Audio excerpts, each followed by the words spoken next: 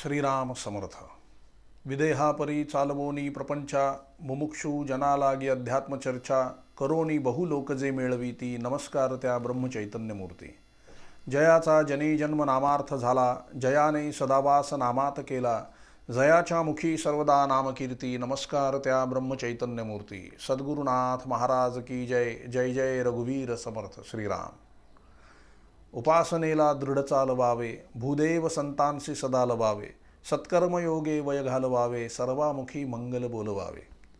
समर्थ रामदासांची ही ओवी, ही उक्ती आज आपण प्रवचनासाठी, निरूपणासाठी घेतलेली आहे. यामध्ये जगायची कला कशी आहे हे समर्थ सांगतात. जन्माला आल्यानंतर जगावं कसं, जगणं ही सुद्धा एक कला असते. कसं जगावं हे 100 99 लोकांना समजत नाही, जमत नाही. कसं जगावं या जगण्याला सुद्धा एक कला असते आणि ही कला संतांकडे आहे. म्हणून त्यांचे आयुष्य हे अतिशय समाधानी, शांत आणि आनंदी असतात.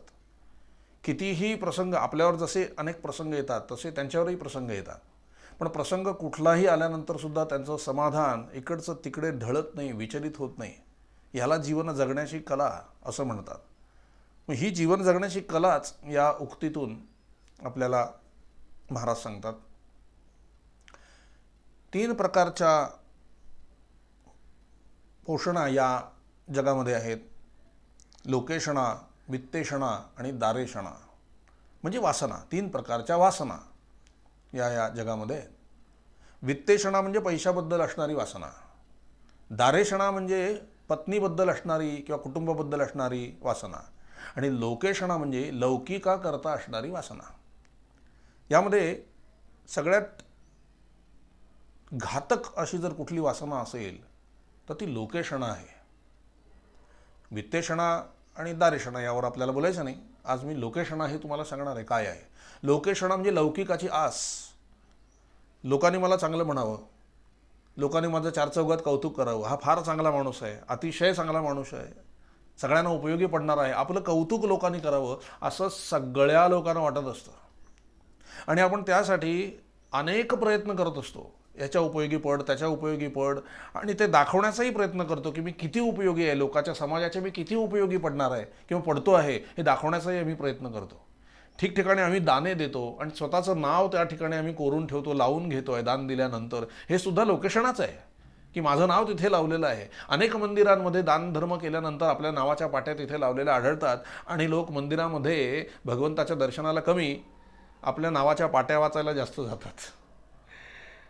ही लोकेषणा आहे. ह्याला लौकिकाची वासना असं म्हणतात. आणि महाराज म्हणाले की सगळ्या वासना जातील पण लोकेषणा जाणं फार कठीण आहे. कारण प्रत्येकाला वाटतं की लोकांनी आपल्याला चांगलं म्हणावं. मग लोकांनी आपल्याला चांगलं म्हणावं हे वाईट नाही आहे, पण याचा अभिमान होणं, आसक्ती होणं, या आसक्तीमध्ये गुंतून राहणं हे फार वाईट आहे. मोठे मोठे लोक या लोकेषणाच्या पायी वाया गेलेले आहेत. लोकांनी मला चांगलं म्हणावं म्हणून वाटेल त्या थराला जाऊन लोक करतात, गुन्हेसुद्धा करतात, नको त्या गोष्टीसुद्धा करतात लोकांनी आपल्याला चांगलं म्हणावं म्हणून. आणि पण जर लोकांना ते आवडलं नाही तर मात्र ते दुःखी होतात की मी एवढं करूनसुद्धा त्यांनी मला चांगलं म्हटलेलं नाही आहे. महाराज एक गोष्ट लक्षात ठेवा, या जगामध्ये तुम्हाला कोणी कधीही चांगलं म्हणत नाही. आपण चांगले केव्हा म्हटले जातो? आपला मृत्यू झाल्यानंतरच लोक म्हणतात की बिचारा माणूस चांगला होता, तोपर्यंत कोणी काही म्हणत नाही. आणि जन्मभर लोकांनी आपल्याला चांगलं म्हणावं म्हणून मेहनत करून, खोटं बोलून, वाटेल तसं वागून, लोकांच्या उपयोगी पडून, काही चांगले उपक्रम करून सुद्धा जेव्हा लोक आपल्याला चांगलं म्हणत नाहीत तेव्हा आम्ही खचतो. मग काय करायला पाहिजे? एक म्हणजे लोकेषणा ही वासनाच नको आहे. ती परमार्थाच्या आणि भगवंताच्या आड येणारी आहे. पण जर लोकेषणा हवी असेल, आता कुणी इतकं सोपं नाही आहे की लोकेषणा काढून टाकणं, लौकिकाची आस काढून टाकणं, स्वतःचं महत्त्व काढून टाकणं हे देहबुद्धी गेल्यासारखंच आहे. मग असा काय उपाय आहे की ज्याने देहबुद्धी पण जाईल आणि थोड्याफार प्रमाणामध्ये आपल्या मनाची तृप्ती होईल, लोक आपल्याला चांगलं म्हणतील. आणि लोक चांगलं म्हणून सुद्धा हळूहळू लोकांनी आपल्याला चांगलं म्हटलं नाही तरी आपल्याला फरक पडणार नाही. असं जर काही असेल तर मन निस्वार्थ असायला हवं. आपण स्वतः अतिशय निस्वार्थी असायला हवं आणि आपली प्रत्येक कर्म ही निस्वार्थीपणाने करायला हवी. आता माणूस म्हटल्यानंतर स्वार्थ आलाच, तो निस्वार्थी होणं शक्य नाही आहे एकदम.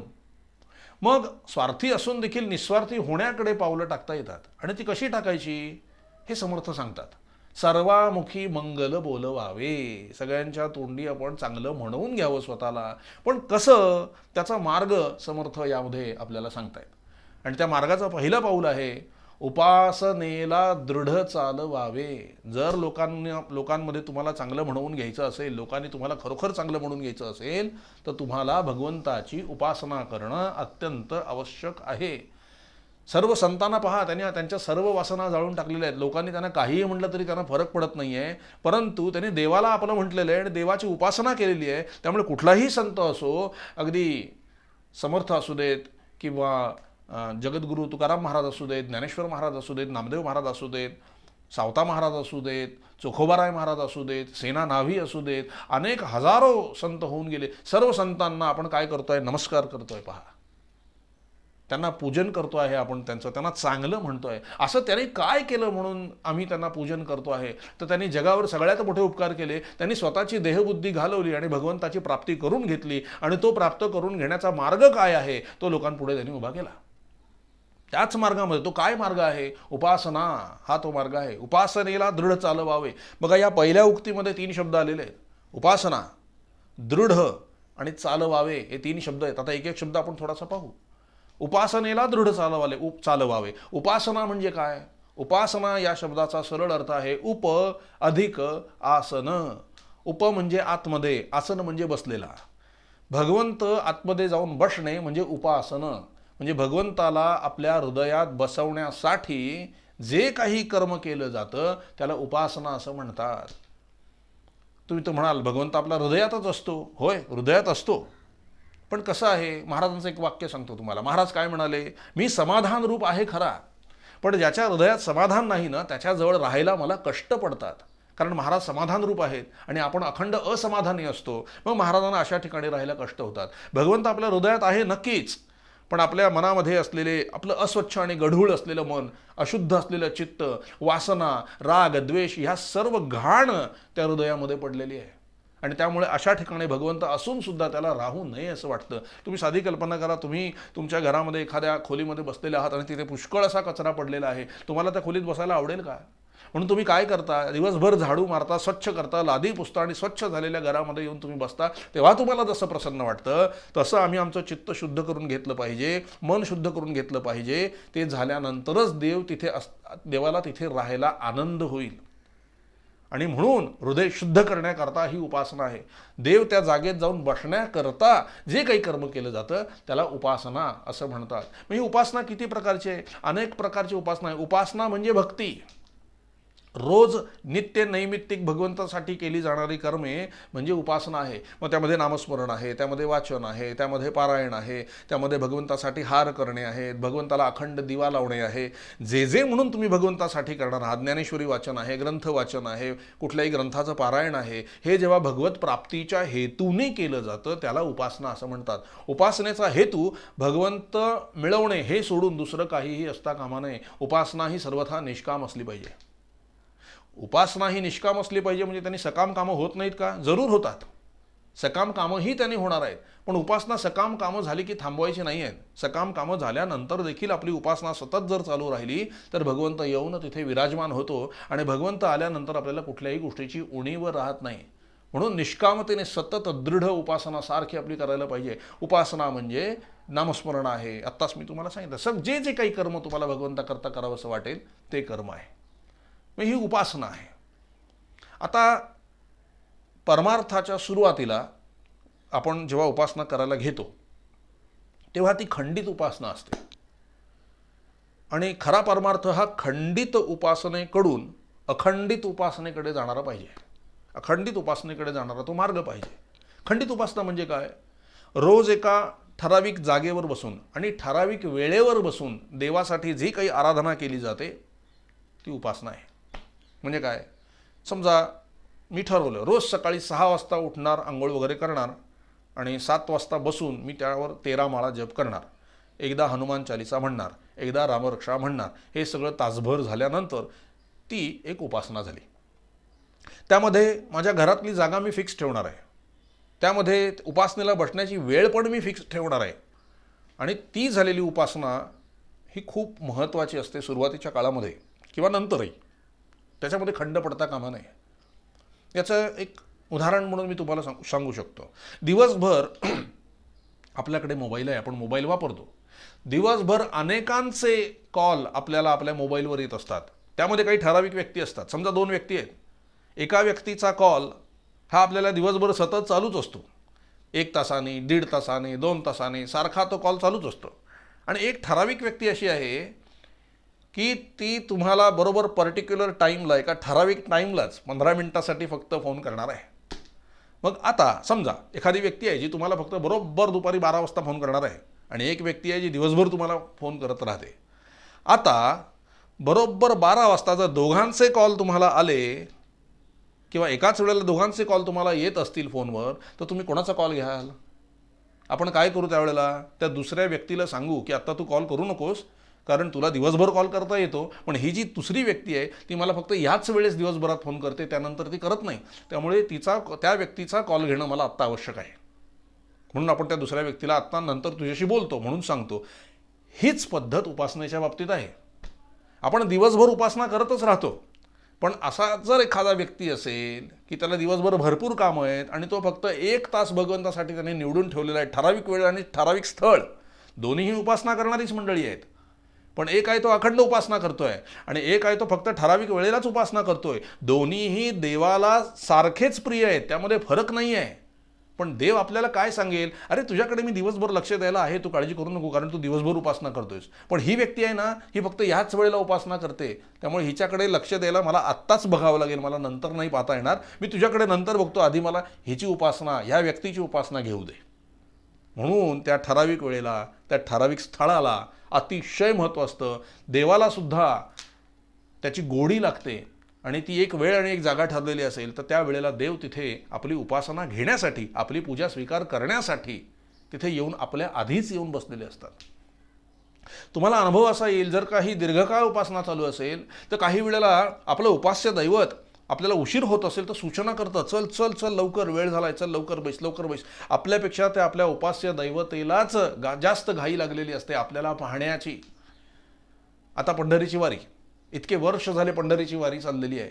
सुरुवातीला भक्त पांडुरंगाला बघायला तिथे जात होते, पण इतके वर्ष वारी झाल्यानंतर, हा ठराविक नियम झाल्यानंतर, ठराविक स्थळ आणि ठराविक वेळ, बघा तुम्ही, काळ ठराविक आहे वारीचा, हे झाल्यानंतर आता काय झालेलं आहे, देवालाच वारकऱ्यांची वाट बघायची असते. त्याला त्यांची वाट बघण्यामध्ये आवड आहे. देवालाच वारकऱ्यांबद्दल अतिशय प्रेम आहे की ही माझी लेकरं कधी येत आहेत आणि कधी मी यांना डोळे भरून पाहतोय, असं देवाला होतं. दीर्घकाल चाललेली ही उपासना आहे. तसं आपण आपली उपासना ही एका ठराविक वेळेवर, ठराविक जागेवर, सुरुवातीला थोडा वेळ का होईना ही केली पाहिजे. आणि त्या उपासनेची आपल्याला देखील सवय लागल्यानंतर मग ती उपासना आपण अखंड चालवली पाहिजे. आणि अखंड उपासना करत असताना सुद्धा जर जमत असेल तुम्हाला, तर मात्र एक थोडंसं 10 मिनटं का होईना, 15 मिनटं का होईना, ती वेळ आणि ती जागा ठरवून भगवंतासाठी बसलं पाहिजे 10 मिनटं. हां, पण जर जमत नसेल तर काही हरकत नाही, अखंड दिवसभरामध्ये तुम्ही कधीही केलं तरी चालतं, पण पहिला प्रेफरन्स नेहमी त्या गोष्टीला द्यायला पाहिजे. आपण काय म्हणतो, देवाला कसंही चालतं. मग तुम्हाला कसंही ठेवलं तर चालणार आहे का देवाने? ते आपल्याला चालत नाही. आपण काय म्हणतोय, आम्ही देवासाठी इतकं करतो आणि देव आम्हाला कसंही ठेवतो आहे. अहो, तुम्ही देवाला कसंही ठेवलं तर देवसुद्धा तुम्हाला कसंही ठेवणार आहे, हे तुम्ही पहा. हा नियम सर्व ठिकाणी आहे ना. आपण जर सगुण आहोत तर आपला देव देखील आपल्यासारखा सगुण आहे आणि आपण ज्या क्रिया त्याच्याकरता करणार आहोत त्याच्यापेक्षा खूप चांगल्या क्रिया तो आपल्यासाठी करत असतो. म्हणजे सगुण देवताला सुद्धा सगुण भाव प्राप्त होतात. ही सगुण भक्तीची ताकद आहे. एकदा असं झालं, महाराजांकडे एक व्यक्ती आली आणि म्हटले, महाराज महाराज त्यांना काय म्हणाले, तुम्ही काय करता म्हणाले, देवाचं काही विशेष करता का? हो म्हणाले, अहो 3 तास आम्ही पूजा करतो आहे, अमकं करतो आहे, तमकं करतो आहे. महाराज त्यांना म्हणाले, थोडंसं नामस्मरण करीत जावं म्हणाले. तेव्हा ते महाराजांना काय म्हणाले, महाराज अहो मी 3 तास पूजा करतोय, अमकी स्तोत्र म्हणतोय, तमकं स्तोत्र म्हणतोय, देवाला एवढं छान पूजा अर्चा, फुलं वगैरे सगळं, आम्ही देवाची उपासना खूप करतो, कधी कधी तर 3-4 तास त्याच्यामध्ये निघून जातात म्हणाले. पण आणखी निराळं नामस्मरण कशा करता पाहिजे? महाराज म्हणले, बरं हरकत नाही, काय हरकत नाही म्हणा. मग महाराज म्हणाले, इकडच्या तिकडच्या थोड्याशा गप्पा झाल्या आणि मग महाराज म्हणाले, रावसाहेब सांगा तुमच्या घरात कोण कोण आहे? ते म्हणले, महाराज मी आहे आणि माझी बायको आहे आणि माझी मुलं आहेत. आणखी कोण आहे म्हणाले. त्यांनी जरा डोकं खाजून म्हटलं, आई आहे, वडील आहेत आणखी कोण आहे म्हणाले तुमच्या घरामध्ये? बस म्हणले महाराज एवढेच आहेत, आणखी कोणी नाही. नाही, जरा आठवा म्हणाले कोण आहे. तेव्हा ते म्हणले आमच्या घरामध्ये काम करणारी एक मोलकरीण असते, ती येते आणि ती काम करून निघून जाते, आणखी कोणी नाही आहे. महाराज म्हणाले आणखी कोण आहे तुमच्या घरामध्ये राहणारं मला सांगा. म्हणजे महाराज खरंच आता कोणी नाही आहे. नाही नाही, जरा विचार करून सांगा म्हणाले. पुन्हा त्या इसमाने त्या मनुष्याने डोकं खाजवलं आणि तो म्हटलं महाराज आमच्या घरामध्ये एक पाळलेला कुत्रा आहे म्हणाले, रोज आम्ही संध्याकाळी त्याला पोळी टाकतो आहे. बरं म्हणाले. अजून कोण आहे म्हणाले तुमच्या घरामध्ये? तो पटकन उठला आणि म्हटलं महाराज आता खरोखर शपथ घेऊन सांगतोय आता आमच्या घरात कोणी राहिलेलं नाही म्हणाले. महाराज म्हणाले रावसाहेब, ज्या देवाची 3-3, 4-4 तास तुम्ही पूजा करताय, फुलं वाहताय, हे मला एवढ्या अभिमानाने सांगताय, तो देव तुमच्या घरात नाही का? तेव्हा एकदम त्यांच्या लक्षात आलं आणि ते खाली बसले. आपली सगळी उपासना ही अशीच चाललेली असते. ज्याच्याकरता आपण उपासना करतो आहे आपल्याला त्याचाच विसर आहे. आपण जी काही उपासना करतोय ते आपण आठवून सांगा. जेवताना आपण आपल्या उपास्य दैवतेला बोलवतो, त्याचं किती वेळा आपण बोलवतोय आणि बोलवताना कधी कधी विसरायला होतं की नाही? जेवताना, स्नान करताना, घरातली कामं करताना सारखं आपल्या उपास्य दैवतेचं आपल्याला स्मरण राहिलं पाहिजे. ते कर्मकांड होता कामा नये, तो प्रेमाचा विषय आहे. भक्ती हा प्रेमाचा विषय आहे आणि हे प्रेम त्या भक्तीमध्ये कधी निर्माण होईल? उपासना या नियमाने झाल्यानंतर. म्हणून एक उपासना ठरवून घ्यावी. मग उपासना काय करावी? सुरुवातीला तुम्ही तुमच्या आवडीची उपासना करा. त्या उपासनेतून काय होईल? पुढे तुम्हाला गुरु प्राप्त होतील आणि गुरु तुम्हाला पुढची उपासना देतील. मग गुरुनी तुम्हाला पुढची उपासना दिल्यानंतर गुरुनी जे सांगितलेलं असेल तीच आपल्याला उपासना पुढे चालवायची आहे. त्यामध्ये आपली बुद्धी आणखी लावायची नाही आहे. आपण म्हणू की मागे मी आत्तापर्यंत हे करत आलो आणि आता आणखी मी काय करू? नाही, आता गुरुनी सांगितलेलं तेच तुम्हाला करायचं आहे. कारण गुरु कोण आहे? तोच परमात्मा आहे ज्याने तुमची उपासना स्वीकारलेली आहे, ज्याने तुमची पूजा स्वीकारलेली आहे. तोच देव मनुष्य रूपाने गुरु रूप घेऊन तुमच्या समोर तुमच्या संगतीला आलेला आहे. आणि काय केलं असताना भगवंताची म्हणजे माझी प्राप्ती होईल हे गुरु तुम्हाला सांगतो. आपण करून भगवंताची प्राप्ती होणार नाही आहे. गुरु भगवंताची प्राप्ती करून आलेला असतो, त्यामुळे कशाने भगवंताची प्राप्ती होईल हे गुरुला माहीत असतं. त्यामुळे आपण आपली बुद्धी लावू नये तिथे. एकदा गुरु केलाय ना आपण, मग गुरु जे सांगेल तेवढीच साधना आपण करायची असते. आणि हे सर्व संत मान्य आहे. सर्व संतांनी एकमुखाने हेच सांगितलेलं आहे की गुरु तुम्हाला जे सांगेल ना ते तुम्हाला केलं पाहिजे. आपण आपली बुद्धी चालवू नये. मग गुरुनी सांगितलं ना फक्त नामस्मरण कर, तर फक्त नामस्मरण कर. मग त्यामध्ये आणखी काही करता कामा नये. मग गुरुनी जे सांगितलेलं आहे ते ॲज इट इज जसंच्या तसं करणे नामे उपासना आहे. जसंच्या तसं करणे नामे उपासना आहे. म्हणून महाराज काय म्हणाले, माझ्या शिष्यांमध्ये 3 प्रकारचे गट असतात म्हणाले. एक, कसा? मी जे काही सांगितलेलं असते उपासना त्यातलं तो काहीच करत नाही, हा सगळ्यात कनिष्ठ दर्जाचा आहे म्हणाले. दुसरं, जे मी सांगितलेलं आहे त्याच्या व्यतिरिक्त तो मागे पुढे कमी जास्त अशी उपासना करतो, तो दुय्यम प्रकारचा भक्त आहे म्हणाले. तिसरं, उत्तम प्रकारचा भक्त कोण आहे? मी सांगितलेलं आहे तेवढंच बरोबर तो करतो, तो उत्तम प्रकारचा शिष्य आहे म्हणाले, उत्तम प्रकारचा भक्त आहे म्हणाले. आणि सर्वोत्तम कोण? आता मला माझे सद्गुरू भेटले, आता मला करण्यासारखं काही राहिलं नाही असं म्हणून जो अखंड मी सांगितलेलं गोष्टी करत राहतो ना, संस्मरण माझं सतत ठेवतो, माझ्यावर पूर्णपणे अवलंबून राहतो, अनन्य राहतो मला, तो सर्वोत्तम भक्त आहे. कालच मी म्हटलं, अनन्यश्चिंतयन्तो माम ये जनाः परिपासते तेषां नित्याभियुक्तानां योगक्षेमं वहाम्यहम्. देव सगळ्यांनाच बघत असतो, पण उपासना ज्याची जशी असते त्या प्रकारे देव त्याला त्याची फळं पण देत असतो. तुम्ही किती भगवंताला किती शरणागत आहात यावर भगवंत तुमचा किती झालेला आहे हे लक्षात येतं. प्रपंचाचं फळ जर बघायचं असेल की माझा प्रपंच यशस्वी झाला की नाही, तर माझा प्रपंचामध्ये मी काय मिळवलं यापेक्षा मी माझ्या प्रपंचामध्ये समाधान किती मिळवलेलं आहे किंवा माझ्या प्रपंचामध्ये मी भगवंत किती प्राप्त करून घेतलेलं आहे याच्यावरती आपल्या प्रपंचाचं यश आणि अपयश अवलंबून असतं. गाडी, बंगला, कार, घरामध्ये माणसं ह्याच्यावर अवलंबून नाही आहे. अवलंबून आहे तुम्ही तुमचं जीवन किती समाधानाने जगलात परमार्थ करीत असताना, हे याच्यावर प्रपंचाचं यश आणि अपयश अवलंबून आहे. आणि ते करण्यासाठी उपासना करायची असते. आता ही उपासना काय आहे हे तुम्हाला कळलेलं आहेच. आता ही उपासना पुढचं आपण घेऊया. उपासनेला दृढ चालवावे. उपासना म्हणजे काय हे तुम्हाला कळलं. आता ती दृढ चालवणं म्हणजे काय हे आपण आता पुढल्या भागामध्ये पाहणार आहोत. जानकी जीवन स्मरण. जय जय राम. श्री अनंत कोटि ब्रह्मांड नायक राजाधिराज सच्चिदानंद सद्गुरु श्री ब्रह्मचैतन्य महाराज की जय. श्री ब्रह्मानंद महाराज की जय. जय जय रघुवीर समर्थ. जय श्री राम.